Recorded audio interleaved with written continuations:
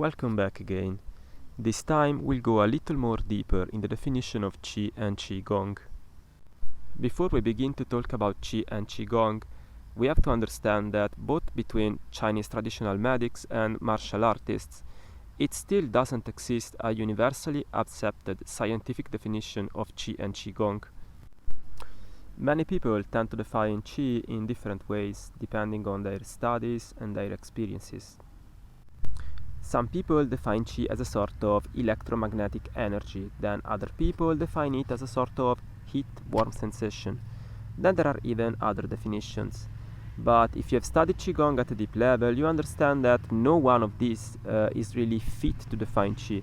No one of these really defines Qi.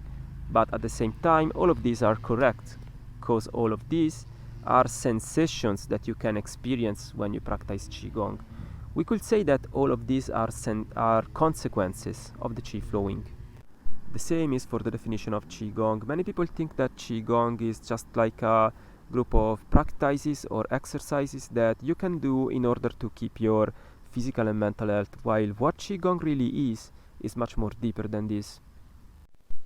So Qi is the life force who fills the universe, who permeates the universe. Generally speaking, if we consider all the Qi at once, then there is the sky Qi called Tian Qi. Tian Qi is the result of all the forces who operate from sky on earth, like sun, moon and stars. In ancient times, Chinese people believed that climate and natural disasters were dependent on the Tian Qi. Even nowadays in China, one of the names for the weather is still Tian Qi. Every field of energy tries to keep its balance, or its point of harmony, and when it will loses it, it will try to regain it. So when Tian Qi loses its balance, what it will happen is that it will rain or wind will begin to blow. All of this is Tian Qi trying to recover its balance, and during this process some natural disasters may happen if the imbalance is too big, like hurricanes, heavy storms or other things. Then subordinate to the Qi of sky, we have the Qi of earth, Di Qi, which is controlled and influenced by the Qi of sky. To make some examples, if it rains too much, rivers will grow too big, they will overflow, some flood will happen. If it doesn't rain enough, vegetation will die, crops will die. So you can see that Tian Qi is very important to determine the state of Di Qi. What happens in sky is very important to determine what happens on earth. This is why Di Qi is subordinate to Tian Qi. In Chinese exoterism, it is believed that the Di Qi, the Qi of earth, is composed by many energy lines and patterns. This is very similar to the electromagnetic field of the earth. What contributes to the Di Qi is everything you can find on earth, like earth itself or rivers, plants, rocks, but also even seas and magmas in the deep of earth. Everything contributes to create the Di Qi.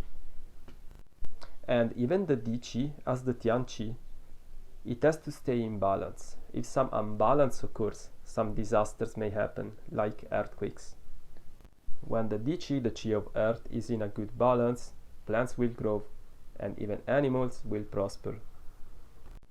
And then on earth, every person, every animal, every plant has its own Qi field, its own personal Qi field. The Qi of persons, it is called Ren Qi. Ren means human. Everything that is part of nature grows under the influence of natural cycles. Humans are not an exception. Even if, when we talk about Ren Qi, we can differentiate it from the other Qi, because persons have the ability to work on their Qi.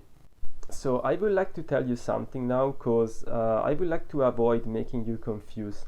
Last time I told you that there are only 5 possible Qi, and these are water, fire, wood, metal and earth. These are the 5 elements in Chinese exoterism. And yes, This is true, there are only 5 possible qi. But this time we mentioned the Tian qi, the Di qi, and the Ren qi. So what are these other 3? Are they other 3 kind of qi? The answer is no. They are not other 3 kinds of qi. You have to understand that Tian qi, Di qi, and Ren qi, they are like, if we talk about Tian qi, this is an interaction of a multitude of forces operating in sky. And if we go look in the deep in the qi of sky, we can find the 5 elements too. So the same thing is for the Di qi, the qi of earth. The qi of earth is the result of all forces operating on earth. And also it depends, as we already said, from the Tian qi. The Tian qi interaction is very important to determine what happens on earth, on the Di qi.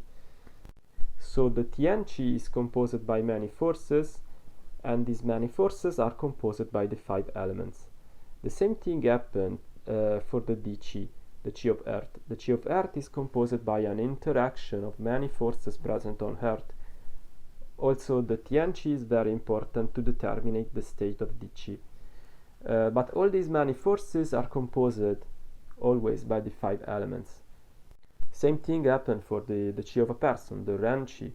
The Ren qi is composed by many different forces, many different factors, and all these different forces are composed always by the 5 qi. So the 5 qi are like the fundamental Lego structures who compose everything. Also, it is very important to remember this.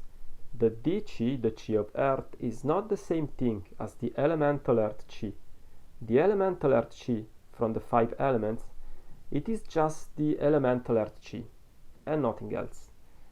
While the Di qi is more like the entire qi of the earth, the qi of the entire earth as a planet. So they are 2 very different concepts, they are 2 different things. Also, in common language, sometimes the word qi is used to describe a lot of things. Like for the electricity, just the normal electricity, sometimes it uses the word Dian qi, which means qi of electricity or electric qi. Or for something heat, something warm, sometimes it's used the word Re qi, which means the qi of heat. Also, it is said that for a person who is alive, that person has the Huo qi, which means vital qi. Then for a person who is dead, that person has the Si qi, which means dead qi, or Gui qi, which means ghost qi. Also, when a person is very correct, very moral, very righteous, it is said that that person has the Zheng qi, which means moral, virtuous, or just normal qi. And then the moral state of the spiritual state of an army, it is called qi shi, which means state of energy. So you can see that the word qi doesn't refer just to our human energy, to our Ren qi, but it has a lot of meanings and it can be used in a lot of possible different ways. So to summarize what I told you before, there are the Tian qi, the Di qi, and the Ren qi. The Tian qi influences the Di qi. Then the Tian qi and the Di qi influence our Ren qi. Then the Tian qi, the Di qi, and the Ren qi are made by the interaction of many forces, and these many forces are made by the 5 qi. Okay, for this video I think it's enough. We described a little better what qi is and how it works. We have took a step forward into the description and understanding of qi. But if you want to understand it better, there are so many other things we can talk about. So if you liked this video, I hope to see you in the next ones.